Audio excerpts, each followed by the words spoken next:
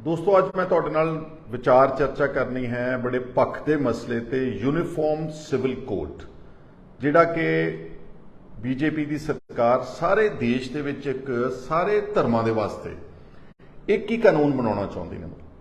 विशेष तौर पर जिहड़े पर्सनल लॉज ने, क्योंकि आपां सारे जानते कि भारत जिहड़ा वा इहदे च बहुत सारे धर्म ने, बहुत सारियां कौमां ने, बहुत सारियां जातां ने और सारे धर्मां दे अपने अलग अलग रीति रिवाज ने। ये अज दे नहीं, ये हज़ारां सालों तो अपने सब दे अलग अलग ने। और साडे देश के कॉन्स्टिट्यूशन ने, बाबा साहब अंबेडकर ने जो कॉन्स्टिट्यूशन बनाया तो उन्होंने इस गल का ध्यान सीगा कि मुसलमानों ने अपने ब्याह शादियां, मरना जमना किस ढंग दे नाल करना, उन्होंने उस तरह की प्रोविजन की थी, उन्होंने पर्सनल लॉज बनाए थे। इस तरह जिहड़ियां होर घट गिनतियां ने, चाहे वह सिख ने, चाहे वह ईसाई ने, चाहे वह जैनी ने, चाहे वह बोधी ने या होर जिहड़ियां इस तरह दी ट्राइब्स ने, जिहड़े ट्राइबल लोग ने, बहुत सारे इस तरह के ने जिहड़े उन्हां दा नॉर्मल समाज नाल कोई मेल नहीं खाता। तो ये काफ़ी अरसे तो यह डिबेट चलता सीगा कि की सारे देश नूं एक यूनीफॉर्म सिविल कोड चला सकता वा, लेकिन पिछले 75 साल विच इस नूं अंजाम नहीं दिता गया, क्योंकि बहुत सारी एक समाज के वड्डे हिस्से वालों इस गल का हमेशा विरोध होता रहा और ये पर्टिकुलरली जिहड़ियां माइनॉरिटीज़ ने उन्होंने बहुत डट के विरोध किया। हुण एक बार बीजेपी ने फिर इस नूं पब्लिक डोमेन च लैके आए हैं और तुसीं देख रहे हो कि अखबारां विच, टैलीविजन ते चर्चा चल रही। बीजेपी के इरादियां दा तां मनसूबिਆਂ ਦਾ ਆਪਾਂ ਸਭ ਨੂੰ पता वा कि वह मैजोरिटेरियन कम्यूनिटी के नाल पॉलिटिक्स कर रही है। एक वर्ग के नाल लैके उन्हां दी गल धर्म की गल करके वो अपना जिहड़ा है पोलिटिकल एजेंडा नूं अगे फॉरवर्ड कर रहे हैं उन्होंने, और वो छुपा के भी नहीं करते। हुणे पार्लीमेंट का नवीं जिहड़ी पार्लीमेंट की बिल्डिंग का उद्घाटन होया, हालांकि साडा कॉन्स्टिट्यूशन पर्टिकुलरली जिहड़ा उहदे च मुढ़ला असूल है कि असीं एक भारत जिहड़ा एक सैक्यूलर देश है, यानी कि सारे धर्मां का बराबर का सत्कार किया जाऊ। लेकिन पार्लीमेंट के उद्घाटन वेले सारे देश के कोने कोने दे विचों केवल एक धर्म के लोगों को उत्थे इकट्ठे करके ते उन्हां दे राहीं पार्लीमेंट का जिहड़ा भी पूजा कराई गई या जिहड़ा उद्घाटन कराया गया उन्होंने अहमियत दी गई, बाकी सारे धर्म जिहड़े सीगे उन्होंने उरे परे करता। सो बीजेपी के एजेंडे बारे आपां सब नूं पता वा, लेकिन अफसोस सानूं इस गल का कि जिहड़ी पंजाब च इस वेले आम आदमी पार्टी की सरकार है, इन्हां दे 7 मैंबर राज्य सभा वो पंजाब के लोगों ने पहला 92 MLA जिताए। उन्होंने 92 MLA ने यह नहीं देखा, ना किसी ने कहा केजरीवाल नूं कि तुसीं बनाउण लगे हो राज्य सभा के मैंबर्स। ਉਹਦੇ ਚ बहुत सारे मैंबर्स ਜਿਹੜੇ ਸੀ ਉਹ नॉन पंजाबी यानी कि बाहरों ਰਹਿੰਦੇ ਲੋਕੀ ਉਹ ਬਣਾ ਦਿੱਤੇ ਨੇ। ਉਹਨਾਂ ਵਿੱਚੋਂ ਇੱਕ ਮੈਂਬਰ ਪਾਰਲੀਮੈਂਟ ਸੰਦੀਪ ਪਾਠਕ ਜਿਹੜਾ ਕਿ ਇਸ ਵਕਤ ਉਹਨਾਂ ਦੀ ਆਮ ਆਦਮੀ ਪਾਰਟੀ ਦੀ ਆਰਗੇਨਾਈਜੇਸ਼ਨ ਦਾ ਕੰਮ ਦੇਖਦਾ, ਉਹਨਾਂ ਦਾ ਮੇਰੇ ਖਿਆਲ ਇੱਕ ਸਭ ਤੋਂ ਇੰਪੋਰਟੈਂਟ ਮੈਂਬਰ ਆ। ਉਹਦੇ ਤੋਂ ਬਿਆਨ ਦਵਾਇਆ ਗਿਆ ਔਰ ਮੈਂ ਸਮਝਦਾ ਕਿ ਇਹ ਬਿਆਨ ਸ਼ਰਾਰਤ ਭਰਪੂਰ ਆ। ਇਹਦੇ ਚ ਇਹ ਬਿਆਨ ਅਰਵਿੰਦ ਕੇਜਰੀਵਾਲ ਨੇ ਉਹਦੇ ਕੋਲ ਦਵਾਇਆ just to test the waters ਕਿ ਦੇਖੀਏ ਕਿ ਪਾਣੀ ਕਿੱਦਾਂ ਕਿਸ ਤਰ੍ਹਾਂ ਦਾ, ਇਹਦੇ ਨਾਲ ਕਿੰਨੀ ਖਲਬਲੀ ਮਚੂਗੀ। संदीप पाठक ने कहा कि यूनीफॉर्म सिविल कोड जिहड़ा वा ये ते विचार चर्चा होनी चाहिए और वो बीजेपी नाल प्रिंसीपल तौर पर यानी कि सिद्धांतक तौर पर बीजेपी के इस यूनीफॉर्म सिविल कोड के उत्ते सहमत ने। ये बहुत डेंजरस स्टेटमेंट आ। मैं खास तौर पर माइनॉरिटीज़ नूं वार्न करना चाहना और पंजाब के लोगों को करना चाहना कि this will override all your जिहड़े राइट्स हैगे ने जिहड़े इस वक्त साडे धर्म नूं दिते हुए हैं। उन्होंने विशेष तौर पर प्रचलित कानून के बारे अजकल चर्चा और भगवंत सिंह मान ने आप जिक्र किया कि असीं पंजाब दे विच आनंद मैरिज एक्ट लागू करांगे। हाले तक जिहड़ियां सिखां दीयां जिन्नियां ब्याह शादियां रजिस्टर हो रही सीगियां वो पुराने हिंदू मैरिज एक्ट के तहत ही हो रही सीगियां। जिहड़ा प्रॉपर फुल फ्लैजड आनंद मैरिज एक्ट एक सैपरेट सानू एक्ट देना सी वो हाले तक बन नहीं सकिया। हालांकि पार्लीमेंट में इसकी काफ़ी जदोजहद काफ़ी अरसे तो होंदी रही। भगवंत मान ने पिछे जे कहा कि असीं आनंद मैरिज एक्ट पंजाब दे विच लागू करांगे, परंतु इन्हां दा मैंबर पार्लीमेंट जिहड़ा भगवंत मान तो भी ज़्यादा पावरफुल है संदीप पाठक, वो कह रहा असीं यूनीफॉर्म सिविल कोड के हक में। अगर यूनीफॉर्म सिविल कोड लागू हुंदा अपने देश में तो समझ लेना कि आनंद मैरिज एक्ट, शरीयत लॉ, निकाह ते जो उन्होंने तलाक के कानून ने, मुसलमानों के जो ईसाइयां के शादी के हैगे ने, वो सारे they will be presume to be redundant, यानी कि सारे खत्म हो जाएंगे। फिर एक कोई यूनीफॉर्म सिविल कोड जो बनूगा वो सारे धर्मां नूं गवर्न करेगा। ये तो भी एक डेंजरस सिचुएशन विशेष तौर पर पंजाब के सिखां दे वास्ते आ कि जिहड़ा साडा सिख गुरुद्वारा एक्ट है 1925 ਜਿਹਦੇ ਤਹਿਤ SGPC ਸਟੈਬਲਿਸ਼ ਹੋਈ, ਜਿਹਦੇ ਤਹਿਤ ਅਸੀਂ ਸਾਰੇ ਗੁਰਦੁਆਰਾਸ ਨੂੰ ਗਵਰਨ ਕਰਦੇ ਹਾਂ, ਅਗਰ ਯੂਨੀਫਾਰਮ ਸਿਵਲ ਕੋਡ ਆ ਜਾਂਦਾ ਵਾ in place, it might also override the Sikh Gurdwara act of 1925। ਫਿਰ ਸਾਡੇ ਜਿਹੜੇ ਗੁਰਦੁਆਰਾ ਸਾਹਿਬ ਦਾ ਵੀ ਕੰਟਰੋਲ ਹੈਗਾ ਵਾ, ਉਹ ਦਿੱਲੀੋਂ ਬੈਠੇ ਜਿਹੜਾ ਵੀ ਉਹ ਕਾਨੂੰਨ ਬਣਾਉਣਗੇ ਉਸ ਕਾਨੂੰਨ ਦੇ ਨਾਲ ਚੱਲਣਗੇ।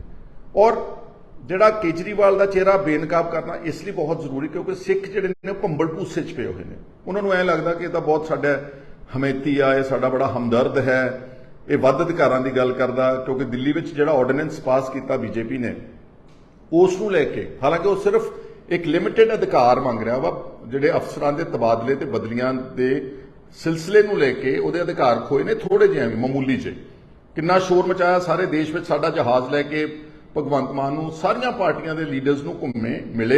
ਔਰ ਜਿੱਦਣ ਬਿਹਾਰ ਦੀ ਮੀਟਿੰਗ ਸੀ ਉਦੋਂ ਉਹਦਾ ਚਿਹਰਾ ਬੇਨਕਾਬ ਕੀਤਾ ਉਮਾਰ ਅਬਦੁੱਲਾ ਨੇ, ਫਰੂਕ ਅਬਦੁੱਲਾ ਉਹਨਾਂ ਦੀ ਪਾਰਟੀ ਨੇ ਤੇ ਹੋਰ ਆਪੋਜੀਸ਼ਨ ਦੇ ਲੀਡਰਸ ਨੇ। ਉਹਨਾਂ ਨੇ ਕਿਹਾ ਜੀ ਕਿ ਤੁਸੀਂ ਇੱਕ ਪਾਸੇ ਕਹਿੰਦੇ ਹੋ ਕਿ ਆਰਡੀਨੈਂਸ ਦੇ ਨਾਲ ਸੂਬਿਆਂ ਦੇ ਅਧਿਕਾਰ ਖੋਏ ਗਏ ਨੇ, ਸਾਡੀ ਆਟੋਨਮੀ ਦੇ ਉੱਤੇ ਡਾਕਾ ਵੱਜਿਆ ਵਾ, ਫੈਡਰਲ ਢਾਂਚੇ ਦੇ ਉੱਤੇ ਡਾਕਾ ਵੱਜਿਆ, ਪਰ ਕੇਜਰੀਵਾਲ ਸਾਹਿਬ ਕੀ ਤੁਸੀਂ ਦੱਸ ਸਕਦੇ ਹੋ ਕਿ ਜਦੋਂ ਜੰਮੂ ਕਸ਼ਮੀਰ ਦੇ 3 ਟੋਟੇ ਕੀਤੇ ਗਏ, ਯੂਨੀਅਨ ਟੈਰੀਟਰੀਜ਼ ਬਣਾਤੀਆਂ ਗਈਆਂ, ਇੱਕ ਪੂਰੀ ਬਣੀ ਬਣਾਈ ਸਟੇਟ ਦੇ ਅਧਿਕਾਰ ਖੋ ਕੇ ਬੀਜੇਪੀ ਨੇ ਆਪਣੀ ਬਰੂਟ ਮੈਜੋਰਿਟੀ ਦਾ ਇਸਤੇਮਾਲ ਕਰਕੇ ਆਰਟੀਕਲ 370 ਨੂੰ ਐਬਰੋਗੇਟ ਕਰਕੇ ਖਤਮ ਕਰਕੇ ਉਹਦੇ 3 UTs ਬਣਾਤੀਆਂ, ਤਾਂ ਕੇਜਰੀਵਾਲ ਸਾਹਿਬ ਨੇ ਬੀਜੇਪੀ ਤੇ ਮੋਦੀ ਸਾਹਿਬ ਦੀ ਸਰਕਾਰ ਦੀ ਨਾ ਸਿਰਫ ਸਪੋਰਟ ਕੀਤੀ, ਅਗਾਂਹ ਵੱਧ ਕੇ ਇਹਦੀ ਤਾਰੀਫ ਕੀਤੀ ਕਿ ਬਹੁਤ ਹਿਸਟੋਰੀਕਲ ਐਕਟ ਪਾਸ ਕੀਤਾ ਵਾ। ਇਹ Omar Abdullah former chief minister Jammu Kashmir ਔਰ ਫਰੂਕ ਅਬਦੁੱਲਾ ਨੇ ਮੀਟਿੰਗ ਦੇ ਵਿੱਚ ਉਹਨਾਂ ਨੇ ਸਾਹਮਣੇ ਇਹਨੂੰ ਬਿਠਾ ਕੇ ਇਹਦੇ ਮੂੰਹ ਤੇ ਗੱਲ ਕਹੀ। ਔਰ ਤੁਸੀਂ ਦੇਖਿਆ ਹੋਣਾ ਕਿ ਜਿਹੜੀ ਆਪੋਜੀਸ਼ਨ ਦੀ ਸਾਂਝੀ ਪ੍ਰੈਸ ਕਾਨਫਰੰਸ ਹੋਈ ਬਾਅਦ ਵਿੱਚ, ਸ਼ਾਇਦ 23 ਜੂਨ ਦੀ ਗੱਲ ਹੈਗੀ ਆ, ਉਸ ਪ੍ਰੈਸ ਕਾਨਫਰੰਸ ਵਿੱਚ ਅਰਵਿੰਦ ਕੇਜਰੀਵਾਲ ਨੇ ਬਾਇਕਾਟ ਕਰਤਾ, ਬਾਹਰ ਉੱਠ ਕੇ ਨਾਰਾਜ਼ਗੀ ਵਿੱਚ ਚਲੇ ਗਿਆ। ਇੱਥੇ ਹੀ ਬਸ ਨਹੀਂ, ਜਿਹੜਾ ਸਿਟੀਜ਼ਨ ਅਮੈਂਡਮੈਂਟ ਐਕਟ ਬਣਿਆ, ਜਿਹੜਾ CAA ਕਾਨੂੰਨ ਬਣਾਇਆ ਗਿਆ, ਉਹ ਸਾਰੇ ਦੁਨੀਆ ਅੱਛੀ ਤਰ੍ਹਾਂ ਜਾਣਦੇ ਆ ਕਿ ਉਹ ਵੀ ਇੱਕ ਮਾਈਨੋਰਿਟੀਜ਼ ਦੇ ਖਿਲਾਫ ਕਾਨੂੰਨ ਬਣਾਇਆ। ਜਿਹੜਾ ਸ਼ਾਹੀਨ ਬਾਗ ਵਿੱਚ ਮੋਰਚਾ ਲੱਗਿਆ ਦਿੱਲੀ ਦੇ ਵਿੱਚ, ਸ਼ਾਹੀਨ ਬਾਗ ਦੀ ਤਾਂ ਕੀ ਸਪੋਰਟ ਕਰਨੀ ਸੀ, ਇਹਨਾਂ ਨੇ CAA ਦੀ ਵੀ ਸਪੋਰਟ ਕੀਤੀ ਬੀਜੇਪੀ ਦੇ ਉਸ ਕਾਨੂੰਨ ਦੀ। ਮੈਂ ਤਾਂ ਸਿਰਫ ਇਹ ਤੁਹਾਨੂੰ ਦੱਸਣਾ ਚਾਹੁੰਦਾ ਕਿ ਅਸਲ ਵਿੱਚ ਕੇਜਰੀਵਾਲ ਜਿਹੜਾ ਹੈ ਅੰਦਰੋਂ ਔਰ ਸਿਧਾਂਤਕ ਤੌਰ ਤੇ ਆਈਡੀਓਲੋਜੀਕਲੀ ਵਾਈਜ਼ ਉਹ ਬੀਜੇਪੀ ਦੀ ਦੂਸਰੀ ਕਾਪੀ ਹੈ। ਜੇ ਮੈਂ ਗਲਤ ਨਾ ਹੋਵਾਂ ਤੇ ਉਹ ਇੱਕ ਕਿਸਮ ਦਾ ਸੌਫਟ ਹਿੰਦੂਤਵਾ ਫੋਲੋ ਕਰ ਰਹੇ ਨੇ। ਉਹ ਚਾਹੁੰਦੇ ਨੇ ਕਿ ਬੀਜੇਪੀ ਦੀ ਲਾਈਨ ਫੋਲੋ ਕਰਕੇ, ਜਿੱਦਾਂ ਦੀ ਬੀਜੇਪੀ ਨੇ ਰਾਜਨੀਤੀ ਕੀਤੀ ਆ, ਇੱਕ ਹਿੰਦੂ ਵਰਗ ਦੇ ਲੋਕਾਂ ਨਾਲ ਜੋ ਉਹਨਾਂ ਨੂੰ ਇੰਪੋਰਟੈਂਸ ਦਿੱਤੀ ਆ, ਅਸੀਂ ਵੀ ਉਸ ਰਾਹ ਤੇ ਚੱਲਾਂਗੇ ਤਾਂ ਸ਼ਾਇਦ ਸੱਤਾ ਦੇ ਜ਼ਿਆਦਾ ਕਰੀਬ ਪਹੁੰਚ ਜਾਵਾਂਗੇ। ਪਰ ਇਹ ਗੱਲ ਪੰਜਾਬ ਦੇ ਲੋਕਾਂ ਨੂੰ ਔਰ ਵਿਸ਼ੇਸ਼ ਤੌਰ ਤੇ ਨਾ ਸਿਰਫ ਸਿੱਖਾਂ ਨੂੰ, ਬਲਕਿ ਜਿਹੜੇ ਲਿਬਰਲ ਸਾਡੇ ਲੀਡਰਸ ਨੇ, ਡਾਕਟਰ ਧਰਮਵੀਰ ਗਾਂਧੀ ਵਰਗੇ, ਜਿਹੜੇ ਸੁਲਝੇ ਹੋਏ ਨੇ, ਜਿਹੜੇ ਹਰ ਗੱਲ ਦੇ ਦੂਰਅੰਦੇਸ਼ ਇੰਪੈਕਟ ਸਮਝਦੇ ਨੇ, ਉਹਨਾਂ ਦੀ ਗੱਲ ਆਪਾਂ ਨੂੰ ਧਿਆਨ ਨਾਲ ਸੁਣਨੀ ਚਾਹੀਦੀ ਹੈ। ਇਲੈਕਸ਼ਨ ਤੋਂ ਪਹਿਲਾਂ ਵੀ ਉਹਨਾਂ ਨੇ ਬਹੁਤ ਕਿਹਾ ਕਿ ਇਹ ਜਿਹੜਾ ਬੰਦਾ ਹੈ ਅਰਵਿੰਦ ਕੇਜਰੀਵਾਲ, ਬੇਸਿਕਲੀ ਇਹ ਛੋਟਾ ਮੋਦੀ ਆ, ਉਸੇ ਲੀਹ ਤੇ ਉੱਤੇ ਚੱਲ ਰਿਹਾ। ਔਰ ਹੁਣ ਉਹਦੇ ਕੰਡਕਟ ਤੋਂ, ਉਹਦੀ ਜਿਹੜੀ ਵਿਚਾਰਧਾਰਾ ਹੈ, ਤੁਸੀਂ ਦੇਖ ਲਓ ਦਿੱਲੀ ਵਿੱਚ ਕਿੰਨੇ ਪਿੱਛੇ ਜੇ ਦੰਗੇ ਹੋਏ, ਇੱਕ ਫਿਰਕੇ ਦੇ ਲੋਕਾਂ ਨੂੰ ਸ਼ਰੇਆਮ ਮਾਰਿਆ ਗਿਆ। ਕੀ ਅਰਵਿੰਦ ਕੇਜਰੀਵਾਲ ਨੇ ਕਦੀ ਹਾਂ ਦਾ ਨਾਰਾ ਮਾਰਿਆ ਉੱਥੇ? ਕਦੇ ਵੀ ਨਹੀਂ ਮਾਰਿਆ। ਸਾਰੇ ਦੇਸ਼ ਦੇ ਵਿੱਚ ਜਦੋਂ ਕਿਸੇ ਇੱਕ ਵਰਗ ਦੇ ਖਿਲਾਫ, ਖਾਸ ਤੌਰ ਤੇ ਮੁਸਲਮਾਨਾਂ ਦੇ ਖਿਲਾਫ ਦੰਗੇ ਹੁੰਦੇ ਨੇ, ਚਾਹੇ ਉਹ ਮੇਰਠ ਵਿੱਚ ਹੈ, ਚਾਹੇ ਉਹ ਗੈਂਗ ਰੇਪ ਹੁੰਦਾ, ਹਾਥਰਸ ਵਰਗੇ ਗਰੀਬਾਂ ਦੇ, ਦਲਿਤ ਲੜਕੀਆਂ ਦਾ, ਜਿੱਥੇ ਪਬਲਿਕ ਪ੍ਰੈਸ਼ਰ ਬਿਲਡ ਹੁੰਦਾ ਵਾ, ਅਰਵਿੰਦ ਕੇਜਰੀਵਾਲ ਦੀ ਮੈਂ ਕਦੀ ਸਟੇਟਮੈਂਟ ਨਹੀਂ ਸੁਣੀ। ਵਰਨਾ ਰੋਜ਼ ਟਵਿੱਟਰ ਦੇ ਉੱਤੇ ਬੈਠੇ ਹੁੰਦੇ ਨੇ, ਛੋਟੀ ਛੋਟੀ ਗੱਲ ਤੇ ਟਵੀਟ ਕਰਦੇ ਨੇ, ਲੇਕਿਨ ਮਾਈਨੋਰਿਟੀਜ਼ ਦੇ ਹੱਕ ਦੇ ਵਿੱਚ ਬੀਜੇਪੀ ਨੂੰ ਉਹਨਾਂ ਨੇ ਕਦੀ ਅਪੋਜ਼ ਨਹੀਂ ਕੀਤਾ। ਇਸ ਲਈ ਮੇਰਾ ਤਾਂ ਇੱਕ ਵਾਰਨ ਕਰਨਾ ਮੇਰਾ ਫਰਜ਼ ਹੈਗਾ ਵਾ ਸਾਰੇ ਸਿੱਖਾਂ ਨੂੰ, ਪਾਰਟੀਬਾਜ਼ੀ ਤੋਂ ਉੱਤੇ ਉੱਠ ਕੇ, ਜਿੱਦਾਂ ਆਪਾਂ ਆਪਣੇ SGPC ਵਿੱਚ ਜਿਹੜੀ ਨਾ ਅਮੈਂਡਮੈਂਟ ਕੀਤੀ, ਇਹ ਵੀ ਇੱਕ ਗਲਤ ਡਾਕਾ ਮਾਰਿਆ ਹੈ ਭਗਵੰਤ ਸਿੰਘ ਮਾਨ ਦੀ ਸਰਕਾਰ ਨੇ। ਇਹ ਆਪਾਂ ਨੂੰ ਕਦੀ ਮੰਨਣਾ ਸਵੀਕਾਰ ਨਹੀਂ ਕਰਨਾ ਚਾਹੀਦਾ। ਠੀਕ ਹੈ, SGPC ਵਿੱਚ 100 ਨੁਕਸ ਹੋਣਗੇ, ਸਾਡੀ ਬਾਦਲ ਪਰਿਵਾਰ ਦੇ ਨਾਲ 100 ਡਿਫਰੈਂਸਸ ਹੋਣਗੇ ਪੋਲੀਟੀਕਲ, ਲੇਕਿਨ ਇਹਦਾ ਮਤਲਬ ਇਹ ਥੋੜ੍ਹਾ ਕਿ ਸਾਡੀ ਜਿਹੜੀ ਇੱਕ ਬੋਡੀ ਹੈ 100 ਸਾਲ ਪੁਰਾਣੀ ਸ਼੍ਰੋਮਣੀ ਗੁਰਦੁਆਰਾ ਪ੍ਰਬੰਧਕ ਕਮੇਟੀ, ਕੀ ਉਹਦੇ 'ਚ ਅਸੀਂ ਪੰਜਾਬ ਸਰਕਾਰ ਨੂੰ ਮੁਦਾਖਲਤ ਕਰਨ ਦੇਵਾਂਗੇ? ਅੱਜ ਇਹਨਾਂ ਨੇ ਇੱਕ ਗੁਰਬਾਣੀ ਦਾ ਸਹਾਰਾ ਲੈ ਕੇ ਅਮੈਂਡਮੈਂਟ ਪਾਸ ਕੀਤੀ ਹੈ, ਕੱਲ ਨੂੰ ਕਹਿ ਦੇਣਗੇ ਅਸੀਂ 50 ਮੈਂਬਰਸ ਨਾਮਜ਼ਦ ਕਰ ਦਿੱਤੇ ਆ, ਪੌਣੇ 200 ਦਾ ਇਲੈਕਟਡ ਮੈਂਬਰ ਹਾਊਸ ਹੈ, 50 ਮੈਂਬਰ ਪੰਜਾਬ ਸਰਕਾਰ ਕੋ ਅਸੀਂ ਨਾਮਜ਼ਦ ਕਰਤੇ, 50 ਦੀ ਵੋਟਾਂ ਸਿੱਧੀਆਂ ਡਾਇਰੈਕਟਲੀ ਪਾ ਲੈਣਗੇ ਤੇ ਤੁਹਾਡੇ ਤੋਂ SGPC ਖੋਲਣਗੇ। ਅਸਲ ਵਿੱਚ ਇਹ SGPC ਤੇ ਵੀ ਚੋਰ ਦਰਵਾਜ਼ੇ ਰਾਹੀਂ ਕਾਬਜ਼ ਹੋਣਾ ਚਾਹੀਦਾ। ਮੈਂ ਪਹਿਲਾਂ ਵੀ ਤੁਹਾਨੂੰ ਵਾਰਨ ਕੀਤਾ ਸੀ ਔਰ ਮੈਂ ਫਿਰ ਕਹਿਣਾ ਚਾਹੁੰਦਾ, ਔਰ ਜਿਹੜਾ ਯੂਨੀਫਾਰਮ ਸਿਵਲ ਕੋਡ ਆ, ਇਸ ਨੂੰ ਹਰ ਲਿਬਰਲ ਵਿਅਕਤੀ ਨੂੰ, ਜਿਹੜਾ ਭਾਰਤ ਦੇ ਇੰਟਰਸਟ ਵਿੱਚ ਆ, ਜਿਹੜਾ ਚਾਹੁੰਦਾ ਵਾ ਕਿ ਸਾਰੇ ਵਰਗਾਂ ਦੇ, ਸਾਰੇ ਧਰਮਾਂ ਦੇ ਲੋਕਾਂ ਦਾ ਸਤਿਕਾਰ ਹੋਣਾ ਚਾਹੀਦਾ, ਆਪਾਂ ਸਭ ਨੂੰ ਮਿਲ ਕੇ ਇਸ ਦਾ ਡਟ ਕੇ ਵਿਰੋਧ ਕਰਨਾ ਚਾਹੀਦਾ। ਔਰ ਪੰਜਾਬ ਦੇ ਜਿਹੜੇ ਆਮ ਆਦਮੀ ਪਾਰਟੀ ਦੇ ਵੋਲੰਟੀਅਰਸ ਆ, ਦੇਖੋ ਮੈਂ ਦੁਬਾਰਾ ਫਿਰ ਕਹੀ ਜਾਂਦਾ, ਤੁਹਾਨੂੰ ਕੁਝ ਨਹੀਂ ਦੇ ਰਹੇ, ਇਹ ਇੰਪੋਰਟੈਂਟ ਪੋਜੀਸ਼ਨਸ ਜਾ ਰਹੀਆਂ ਨੇ ਸਾਰੀਆਂ ਗੈਰ ਪੰਜਾਬੀਆਂ ਨੂੰ। ਜਿਹੜਾ ਪਿੱਛੇ ਲਾਇਆ ਇਹਨਾਂ ਨੇ ਰੇਰਾ ਦਾ ਚੇਅਰਮੈਨ, ਜਿਹੜੀ ਇੱਕ ਅਥਾਰਟੀ ਹੈਗੀ ਆ, ਜਿੰਨੇ ਵੀ ਰੀਅਲ ਏਸਟੇਟ ਦੇ ਡਿਸਪਿਊਟਸ ਹੁੰਦੇ, ਉਹ ਇੱਕ ਲਿਆ ਕੇ ਇਹਨਾਂ ਨੇ ਆਪਣਾ ਐਡੀਸ਼ਨਲ ਚੀਫ ਸੈਕਟਰੀ ਸੀ ਸ਼ਾਇਦ ਰਿਟਾਇਰਡ ਦਿੱਲੀ ਦਾ, ਕੇਜਰੀਵਾਲ ਦਾ ਬੰਦਾ, ਉਸ ਨੂੰ ਲਾਇਆ। ਫਿਰ ਇਹਨਾਂ ਨੇ ਲਾਇਆ ਪੰਜਾਬ ਸਕੂਲ ਐਜੂਕੇਸ਼ਨ ਬੋਰਡ ਦੀ ਚੇਅਰਪਰਸਨ ਲਾਉਣਾ ਸੀ, ਚੇਅਰਮੈਨ ਦੀ ਪੋਜੀਸ਼ਨ ਖਾਲੀ ਸੀ, ਇਹਨਾਂ ਨੇ ਸ਼ਾਇਦ ਕੋਈ ਮਿਸਿਸ ਬੇਦੀ, ਇਹਨਾਂ ਦੀ ਚਹੇਤੀ ਸੀ ਉੱਥੋਂ ਦਿੱਲੀੋਂ, ਫਿਰ ਉਸ ਨੂੰ ਲਾਇਆ। ਆ ਪਿਛਲੇ ਦਿਨਾਂ ਵਿੱਚ ਜਿਹੜੀ ਸਾਡੀ Baba Farid medical health university ਆ, ਉਸ ਦਾ ਚੇਅਰਮੈਨ ਲਾਉਣਾ ਸੀਗਾ, ਪੰਜਾਬ ਦੇ ਬੰਦੇ ਛੱਡ ਕੇ, ਪੀਜੀਆਈ ਦੇ ਐਮੀਨੈਂਟ ਡਾਕਟਰਸ ਛੱਡ ਕੇ, ਡਾਕਟਰ ਬਲਜਿੰਦਰ ਸਿੰਘ ਨੂੰ ਮੈਂ ਪਰਸਨਲੀ ਜਾਣਦਾ, ਜਿਹੜੇ ਨਿਊਕਲੀਅਰ ਮੈਡੀਸਨ ਦਾ ਉਹਨਾਂ ਕੋਲ ਐਡੀਸ਼ਨਲ ਚਾਰਜ ਵੀ ਰਿਹਾ ਪੀਜੀਆਈ ਦਾ, ਇੱਕ ਸ਼ਾਇਦ ਹੋਰ ਪੀਜੀਆਈ ਦੇ ਡਾਕਟਰ ਸੀ, ਇੱਕ ਸ਼ਾਇਦ ਜਨਰਲ ਹਸਪੀਟਲ ਦੇ ਡਾਕਟਰ ਸੀਗੇ। ਉਸ ਪੈਨਲ ਦੇ ਪੰਜਾਬੀਆਂ ਸਾਰਿਆਂ ਨੂੰ ਛੱਡ ਕੇ ਇੱਕ ਦਿੱਲੀੋਂ ਲਿਆ ਕੇ, ਉਹਦਾ ਨਾਮ ਮੈਂ ਭੁੱਲ ਰਿਹਾ ਉਸ ਬੰਦੇ ਦਾ, ਉਸ ਨੂੰ ਇਹਨਾਂ ਨੇ ਚੇਅਰਮੈਨ ਵਾਈਸ ਚਾਂਸਲਰ ਲਾ ਦਿੱਤਾ ਉਸ ਬਾਬਾ ਫਰੀਦ ਹੈਲਥ ਯੂਨੀਵਰਸਿਟੀ ਦਾ। ਅਗਰ ਆਪਾਂ ਇਦਾਂ ਹੀ ਲੰਮੇ ਪਏ ਰਹੇ, ਚੁੱਪ ਕਰਕੇ ਬੈਠੇ ਰਹੇ, ਉਹ ਦਿਨ ਦੂਰ ਨਹੀਂਗਾ ਜਦੋਂ ਪੰਜਾਬ ਨੂੰ ਪਹਿਲਾਂ ਤਾਂ ਹੁਣ ਸਿੱਧੇ ਤੌਰ ਤੇ ਚਲਾ ਰਹੇ ਸੀਗੇ, ਸਿੱਧੇ ਤੌਰ ਤੇ ਗੈਰ ਪੰਜਾਬੀ ਜਿਹੜੇ ਨੇ ਉਹ ਆਣ ਕੇ ਚਲਾਉਣਗੇ। ਲੇਕਿਨ ਅੱਜ ਦਾ ਮੇਰਾ ਵਿਸ਼ਾ ਜਿਹੜਾ ਯੂਨੀਫਾਰਮ ਸਿਵਲ ਕੋਡ ਆ, ਉਸ ਨੂੰ ਸਭ ਨੂੰ ਵਿਰੋਧ ਕਰਨਾ ਚਾਹੀਦਾ, ਔਰ ਖਾਸ ਤੌਰ ਤੇ ਆਮ ਆਦਮੀ ਪਾਰਟੀ ਦੇ ਵੋਲੰਟੀਅਰਸ ਨੂੰ ਕਿ ਆਪਣੇ ਮੈਂਬਰਸ ਰਾਜ ਸਭਾ ਨੂੰ ਪੁੱਛੋ ਕਿ ਚੁਣਨ ਵਾਲੇ ਅਸੀਂ ਆ ਪੰਜਾਬ ਦੇ ਲੋਕ, ਤੇ ਤੁਸੀਂ ਕਰ ਰਹੇ ਹੋ ਬੀਜੇਪੀ ਦੀ support uniform civil code. Kejriwal ਨੂੰ ਔਰ ਭਗਵੰਤ ਸਿੰਘ ਮਾਨ ਨੂੰ, ਇਹਨਾਂ ਨੂੰ ਪਬਲਿਕ ਡੋਮੇਨ ਵਿੱਚ ਆਣ ਕੇ ਕਲੈਰੀਫਾਈ ਕਰਨਾ ਚਾਹੀਦਾ ਕਿ ਇਹ ਯੂਨੀਫਾਰਮ ਸਿਵਲ ਕੋਡ ਦੇ ਕਿਹੜੇ ਪਾਸੇ ਖੜੇ ਨੇ, ਬੀਜੇਪੀ ਵਾਲੇ ਪਾਸੇ ਖੜੇ ਨੇ ਜਾਂ ਬੀਜੇਪੀ ਦੇ ਖਿਲਾਫ ਵਾਲੇ ਪਾਸੇ ਖੜੇ ਨੇ, ਜਿੱਥੇ ਸਾਰੀ ਦੇਸ਼ ਦੀ ਆਪੋਜੀਸ਼ਨ ਇਕੱਠੀ ਹੋਵੇਗੀ। ਇਸ ਵਿਸ਼ੇ ਤੇ ਮੇਰੇ ਨਾਲ ਜੁੜਨ ਵਾਸਤੇ ਤੁਹਾਡਾ ਸਾਰਿਆਂ ਦਾ ਬਹੁਤ ਬਹੁਤ ਸ਼ੁਕਰੀਆ, ਧੰਨਵਾਦ।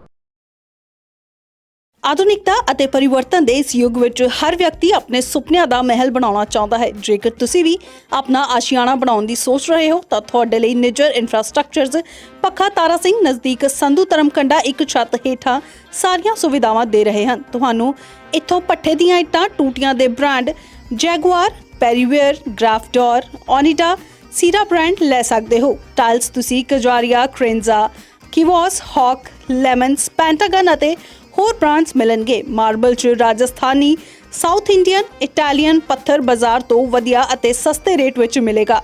ਇੱਥੋਂ ਵਧੀਆ ਬ੍ਰਾਂਡਸ 'ਚ ਸ਼ਾਨਦਾਰ ਪੀਵੀਸੀ ਸ਼ੀਟਸ ਬਾਜ਼ਾਰ ਨਾਲੋਂ ਸਸਤੇ ਰੇਟਾਂ ਤੇ ਖਰੀਦ ਸਕਦੇ ਹੋ। ਪੇਂਟਸ ਵਿੱਚ ਨੈਰੋਲੈਕ, ਏਸ਼ੀਅਨ, ਰੇਮੰਡ ਅਤੇ ਹੋਰ ਨਾਮਵਰ ਬ੍ਰਾਂਡ ਮਿਲ ਜਾਣਗੇ। ਇਸ ਤੋਂ ਇਲਾਵਾ ਤੁਸੀਂ ਚਿਮਨੀਆਂ, ਚੂਲੇ, ਗੀਜ਼ਰ, ਸਿੰਟੈਕਸ, ਮੌਂਟੈਕਸ ਦੀਆਂ ਪਾਣੀ ਵਾਲੀਆਂ ਟੈਂਕੀਆਂ ਅਤੇ ਹਾਰਡਵੇਅਰ ਦਾ ਸਾਰਾ ਸਮਾਨ ਵਾਜਿਬ ਰੇਟਾਂ ਵਿੱਚ ਮਿਲੇਗਾ। ਪੰਜਾਬ ਦਾ ਹਰ ਮੁੱਦਾ, ਹਰ ਖਬਰ ਸਭ ਤੋਂ ਪਹਿਲਾਂ ਵੇਖਣ ਲਈ ਜੁੜੋ ਸਾਡੇ ਚੈਨਲ PGA ਇੰਡੀਆ ਨਿਊਜ਼ ਦੇ ਨਾਲ। ਲਾਈਕ ਕਰੋ ਸਾਡਾ ਫੇਸਬੁੱਕ ਪੇਜ, ਸਬਸਕ੍ਰਾਈਬ ਕਰੋ YouTube channel PGA India news.